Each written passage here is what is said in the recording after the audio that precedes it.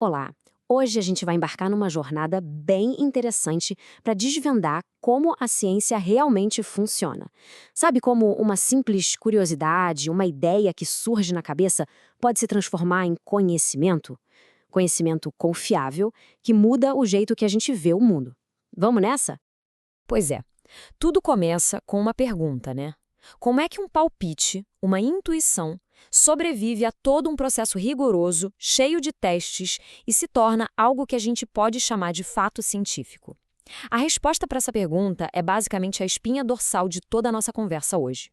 E para guiar a gente, olha só que frase genial do filósofo Karl Popper. Ela resume uma ideia que virou o jogo na ciência moderna. O objetivo não é provar que uma ideia está certa. É o contrário. É tentar, com toda a inteligência e criatividade possíveis, provar que a ideia está errada. É um processo de sobrevivência das melhores ideias. E este aqui é o nosso mapa do caminho. A gente vai seguir esses 5 passos. Vamos começar lá na filosofia por trás de tudo, no motor da ciência.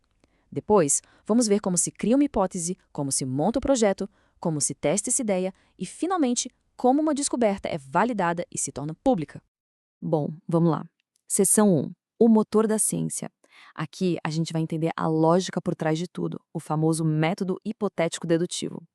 Pensa nele como se fosse a receita de bolo da ciência, sabe? É o que transforma perguntas em respostas que a gente consegue testar. Funciona basicamente em 3 etapas. Primeiro, o problema. A gente nota algo estranho, uma pergunta, e propõe uma explicação testável, uma hipótese.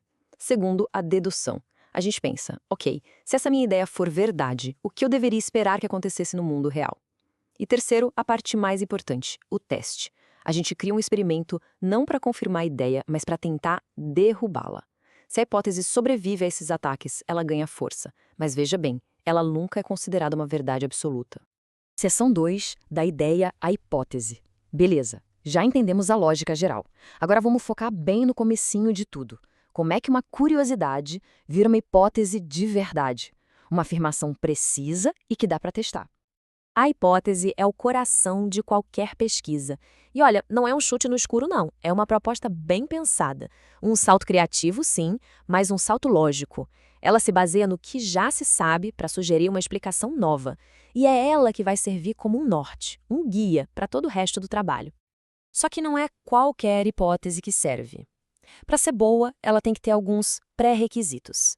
Como a gente vê aqui, ela precisa fazer sentido com o que a ciência já descobriu, precisa ser testável na prática, ser plausível e, muito importante, ser super clara. Sem essa base firme, a pesquisa nem sai do lugar. Seção 3. O projeto da pesquisa. Agora a coisa fica mais prática, mas não menos importante, a padronização. Para que a ciência seja uma conversa global, todo mundo precisa falar a mesma língua.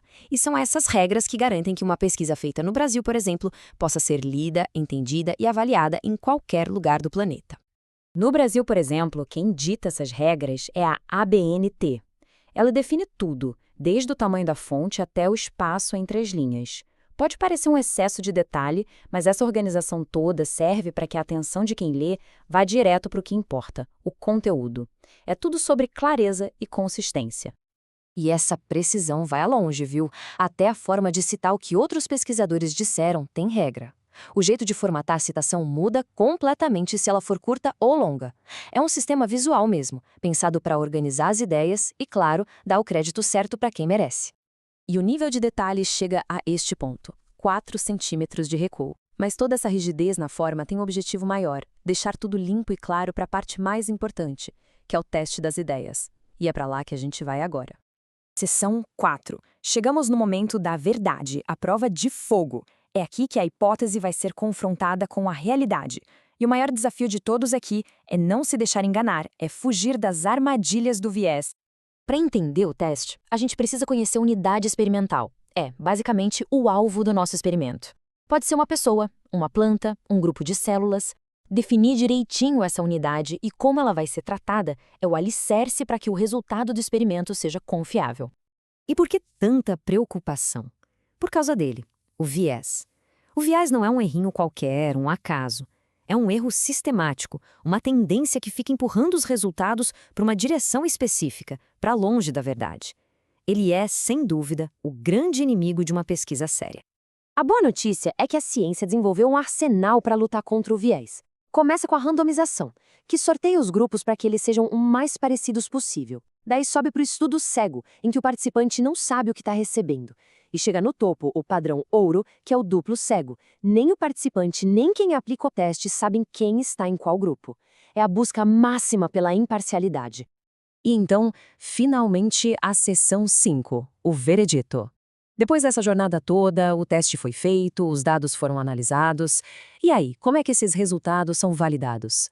Como a comunidade científica e o público em geral podem saber no que dá para confiar? Bom, aqui vai um pequeno checklist de confiança. Uma fonte segura geralmente tem autores com credibilidade, é publicada numa revista séria, daquelas com revisão por pares, a informação é recente, o método é explicado em detalhes e, muito importante, ela cita as fontes, mostrando que faz parte daquela grande conversa que é a ciência. Muitos países têm sistemas para ajudar a medir a qualidade das publicações. No Brasil, um dos mais conhecidos é o QualisCaps. Ele basicamente classifica as revistas científicas em níveis. Isso ajuda a criar uma hierarquia de confiança, um guia para saber onde está a ciência de maior impacto. E onde encontrar esses artigos de qualidade? Para quem quer começar a procurar, existem ótimos pontos de partida. Plataformas como o Cielo, o portal de periódicos da CAPES e o Google Acadêmico são verdadeiros tesouros de publicações científicas revisadas e confiáveis. E assim a gente fecha o círculo voltando lá para a ideia do Popper. A ciência é um tipo de conhecimento que está sempre se corrigindo. Por isso a pergunta final não é sobre o que a gente já sabe, mas sim sobre o que a gente ainda nem desconfia que está errado. Se a ciência é essa busca sem fim para eliminar erros, qual será o próximo grande consenso que a gente vai descobrir que não era bem assim? Fica aí a reflexão.